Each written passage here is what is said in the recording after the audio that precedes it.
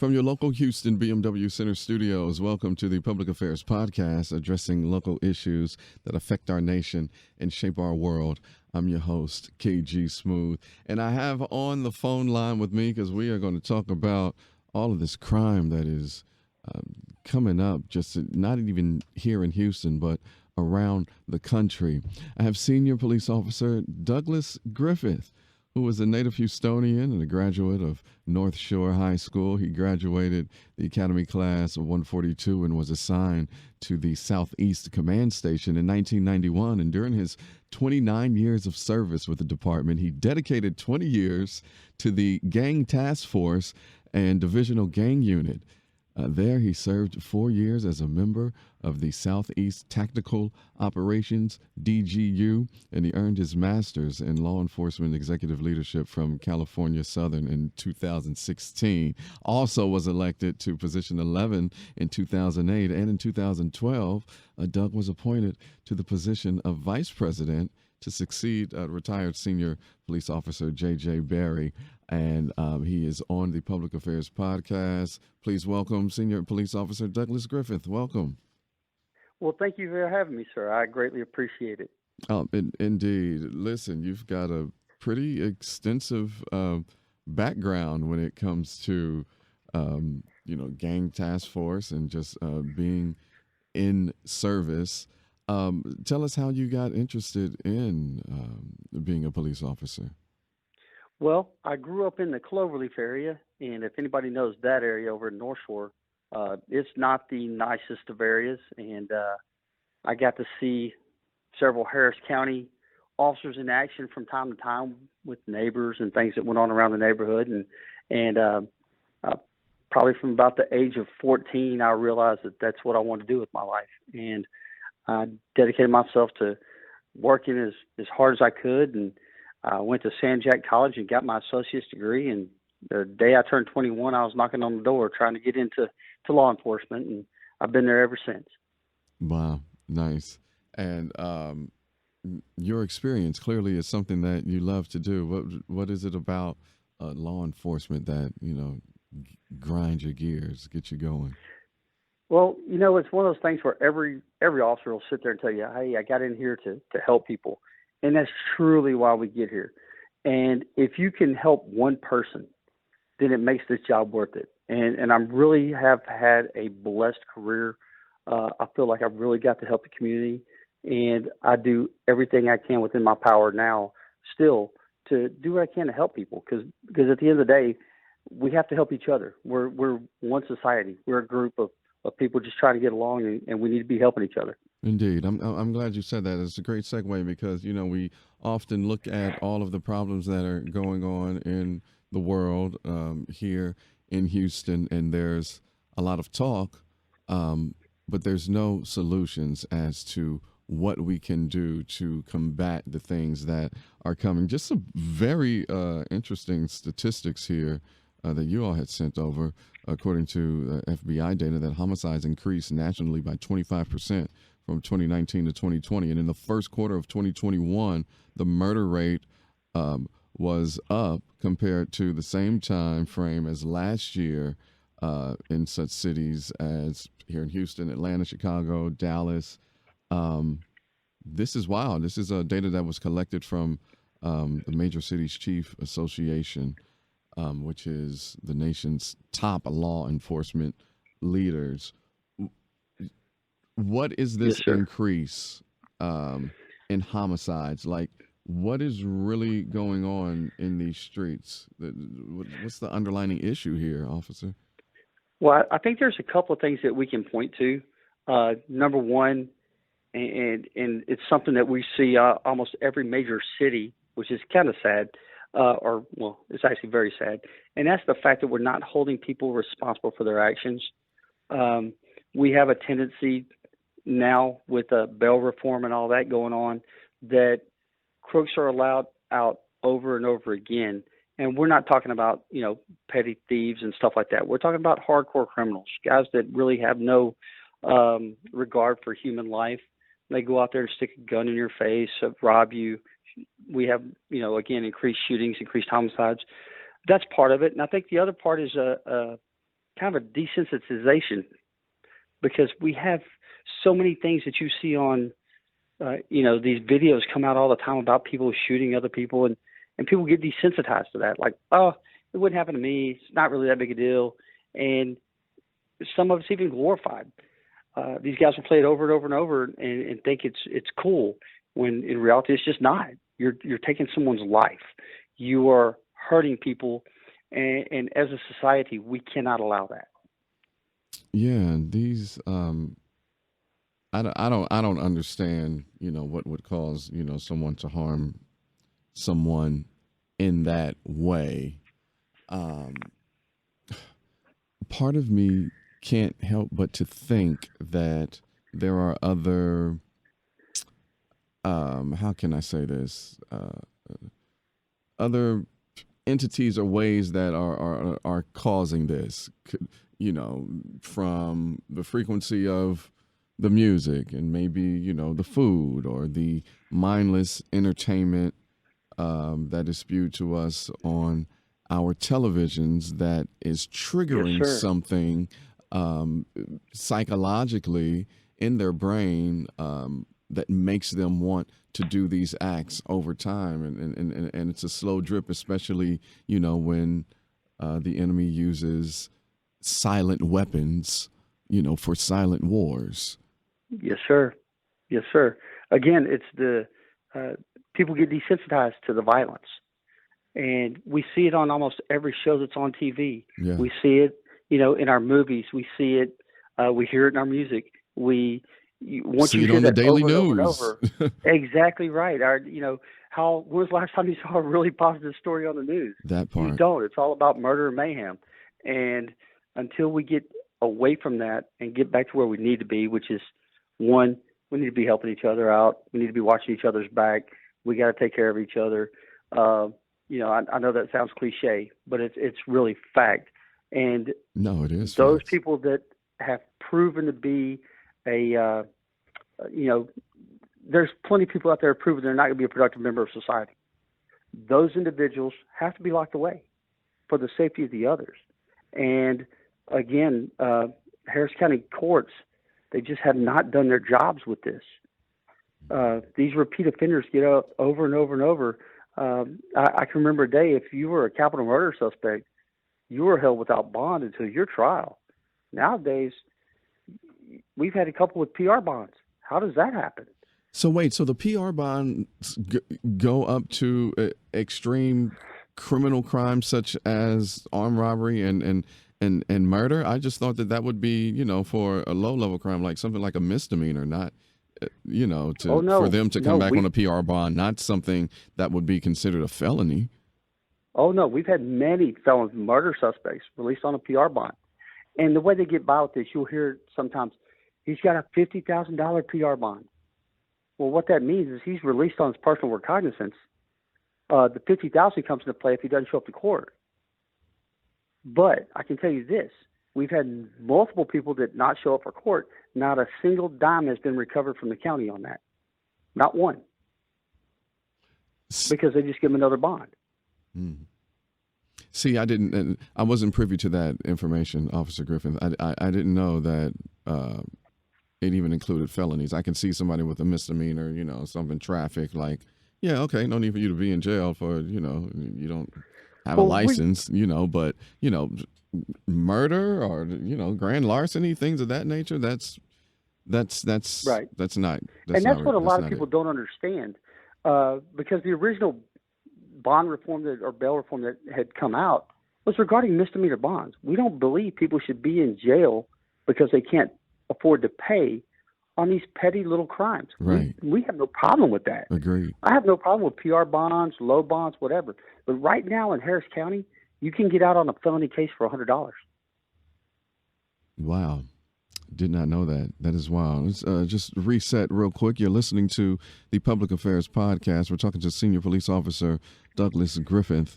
To tackle now this gang violence that has been widespread across the nation and especially here in Houston. I mean, Officer Griffith, I was really taken aback to learn of the many gangs and the violence that is going on right here in Houston. And this is something that is not getting reported in the news media or even on social media. Like if you're not in the boots on the ground in said neighborhood, you would know that this is an issue. Yes, sir. Gangs have been over Houston forever that I can remember. Like I said, I come on in 1990, right after the crack had hit the streets, and gangs feuded over turf for selling drugs back then in the 90s. It's progressed over time. They've actually gotten smarter. We have crews. We call them crews. They're nothing more than gang members. They go out and they do specific crimes, juggings, where they follow people from banks. They do the ATM heist, where they go take a stolen vehicle and rip off the ATM. They do these big burglaries of, pawn shops, stuff like that. They're getting better organized, and they're learning ways to get around the system, and they're out there committing probably most of the crime in Houston, to be quite honest with you. We probably, in Houston, I guarantee we have over 90,000 gang members. No 90, question in my did mind. you say 90,000? That is going to be my estimate. Yes, sir. You got to understand, we've got 3 generations of gangs now in Houston. You've got the grandfather, the father, and the son that have all been in this. In fact, one of the ones that was involved in the shooting of the New Orleans officer, his father was a gang member. I knew him from Sunnyside. This is just they're becoming bolder because they know nothing's going to happen to them. Even if they get caught, what's going to happen? They're going to end up out on a bond. So that emboldens them to do more and more criminal activity. And that just makes the people of Harris County, you're going to have more victims that way. You just are. We've got to find a way to stop the violent crime and keep those guys locked away. I know it sounds horrible, but it's fact. If you've got a guy that's not going to be a productive member of society, that's going to continue to victimize our citizens, they've got to be put away. So with these criminals and these gangs members getting more sophisticated when it comes to the activity that they do, what is law enforcement doing to combat that, or to try to one up them and beat them to the punch? Well, we do a lot of research on our crooks now. We have access to more activity, social media. We have access to a lot of different tools that we can use to monitor and watch these guys and try to catch them in the act. The one thing gang members like to do, they brag about what they do. A lot of times on social media, you might not have anything more than a moniker, a street name or something like that, but they're able to research and do the things that we need to do. We do a lot of surveillance. We do a lot of, for lack of a better term, we research these guys like we're doing a research paper. We should know them in and out and know when they're going to be moving and what kind of criminal activity they're involved in, and that way we can try to derail some of that. Man, okay. And one of the things that people don't understand, a couple of years ago we had a gang injunction, and that is a lot of people hate it because they feel it's targeting certain groups, and it is. It's targeting gang members. When you have an area in which you have high gang activity, we tried this a couple of years ago, and it got shot down by some people within our command staff and with the Harris County DA's office because they didn't like that it was an African American neighborhood. And I understand that. I get their reasoning behind it. But I also know that these work. And since that gang injunction was not brought into effect, we've had at least 10 to 15 killings out there in that 100 block. So it's safe to say that, one, social media has really helped you all in following and capturing some of these gang members.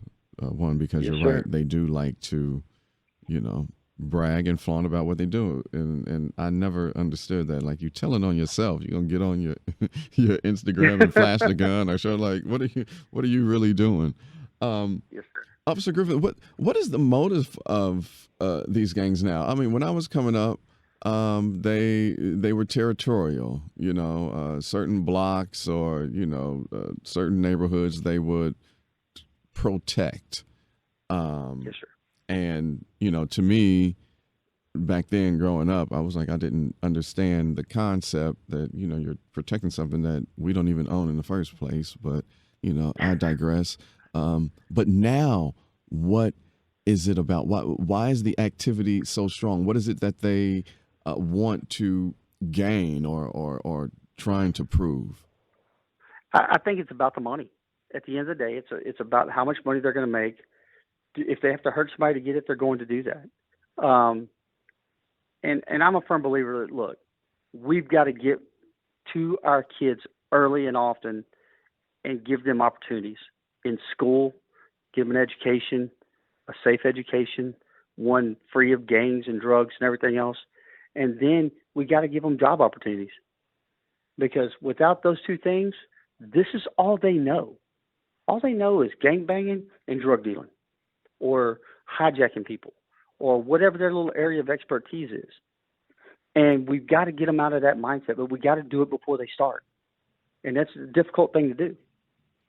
Yeah, well, I'm glad that you said that, because if we're all in this together and it takes a village, then the city and the government and the school districts, they need to do their part as well. I mean, we have seen over the last 2.5 decades, how after-school programs are getting cut.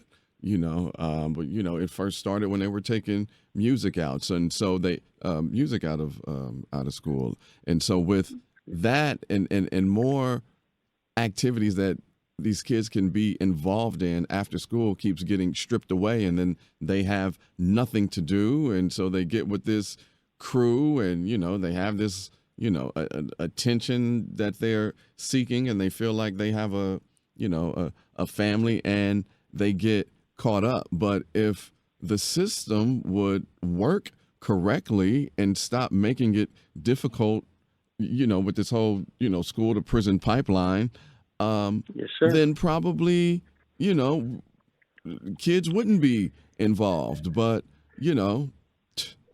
that's too much like right. Yes, I put part of this on the state too. Ever since they imposed this state testing, the teachers don't teach anymore. Right. They teach toward a test. Mm-hmm. And I'm sorry, that does no one any good. We need to get back to days where teachers actually taught real lessons, not what some test is going to, show their knowledge on. We got to get back to the real root of the problem. And that's, we have to have people that have a passion and care for the job to get in there and teach our children and to give them responsibility and train them in the way they need to move forward. Because without the proper base, those kids are going to turn to what the only thing they know, the only thing they have left, and that's their friends on the street. Yep. Yeah. I couldn't have ended it in a better way. Senior Police Officer Douglas Griffith of the Task Force and Divisional Gang Unit. Man, thank you for your time and your scholarship, your insight on all of this. Is there anything that the listening audience need to know before we get out of here? Any final words? Hey, I want to thank the people of the city of Houston, because without them, I wouldn't be able to do the job I've loved for the last 30 years. And I'm so blessed to be here in this city. And thank you so much for having me on. Anytime y'all need anything, you call me. Indeed. Oh, do you have social media? Can people, keep up with you, follow you on Facebook or Instagram, yes. Twitter, or any of that? I am at Griff, GRIFF 3945 on Twitter. Indeed. Senior Police Officer Douglas Griffith, man, thank you again so much for your time.